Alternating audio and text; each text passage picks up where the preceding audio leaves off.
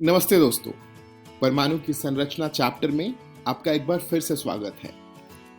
आज के इस वीडियो में हम रदरफोर्ड मॉडल के दोष के बारे में पढ़ेंगे और जानेंगे कि क्या-क्या खामियां थी रदरफोर्ड के मॉडल में। आइए वीडियो की शुरुआत करते हैं।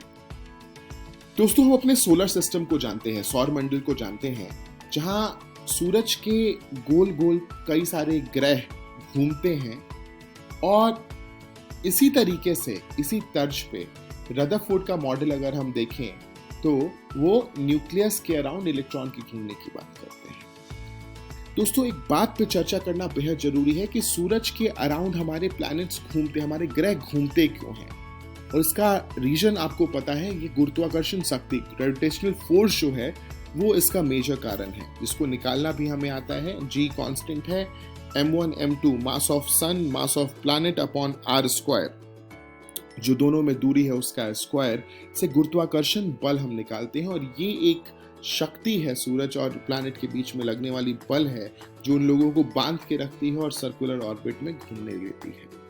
ठीक इसी प्रकार अगर रदरफोर्ड मॉडल में बात करें हम, तो दो चार्ज ऑब्जेक्ट के बीच में भी फोर्स लगता है, जिसको कूलम फोर्स कहते हैं, कूलम बल। और वो भी गुरुत्वाकर्षण बल की तरह ही सिमिलर फॉर्मूला होता है उसका, जहां K कांस्टेंट होता है, Q1 में और Q2 चार्ज होते हैं दोनों में। Q1 न्यूक्लियस का चार्ज, Q2 इलेक्ट्रॉन का चार्ज हो सकता है, और दोनों में r स्क्वायर, जो दोनों के बीच की दूरी है, वो होता है। तो ये बल ऐसा कहा जा सकता है कि न्यूक्लियस जो इलेक्ट्रॉन को बांध के रखने के लिए ये बल लगाता है।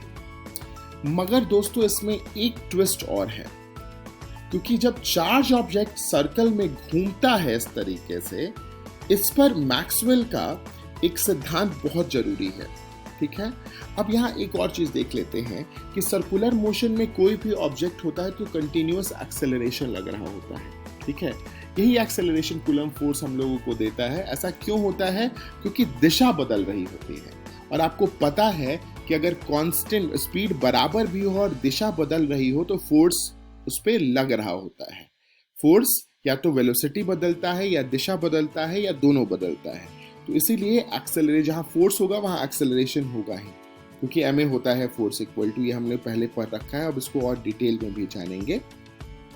तो सर्कुलर मोशन के लिए एक फोर्स की जरूरत होती है।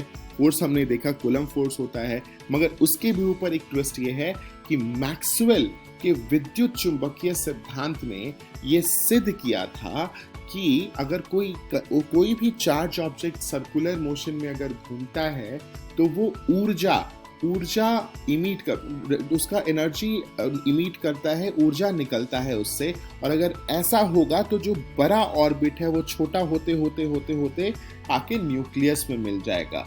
क्योंकि तो यही मॉडल में यहाँ अगर ये देखें कि अगर हम इलेक्ट्रॉन पे लगाएं तो ऐसा कैलकुलेट किया जा सकता है कि इलेक्ट्रॉन को न्यूक्लियस में मिलने में 10 की पावर -8 सेकेंड लगेगा। 10 की पावर -8 सेकेंड में जो इलेक्ट्रॉन है वो न्यूक्लियस में आकर के मिल जाएगा। मगर ऐसा होता नहीं है, और यही खामी है रदरफोर्ड मॉडल की कि वो ये एक्सप्लेन नहीं कर पाए थे।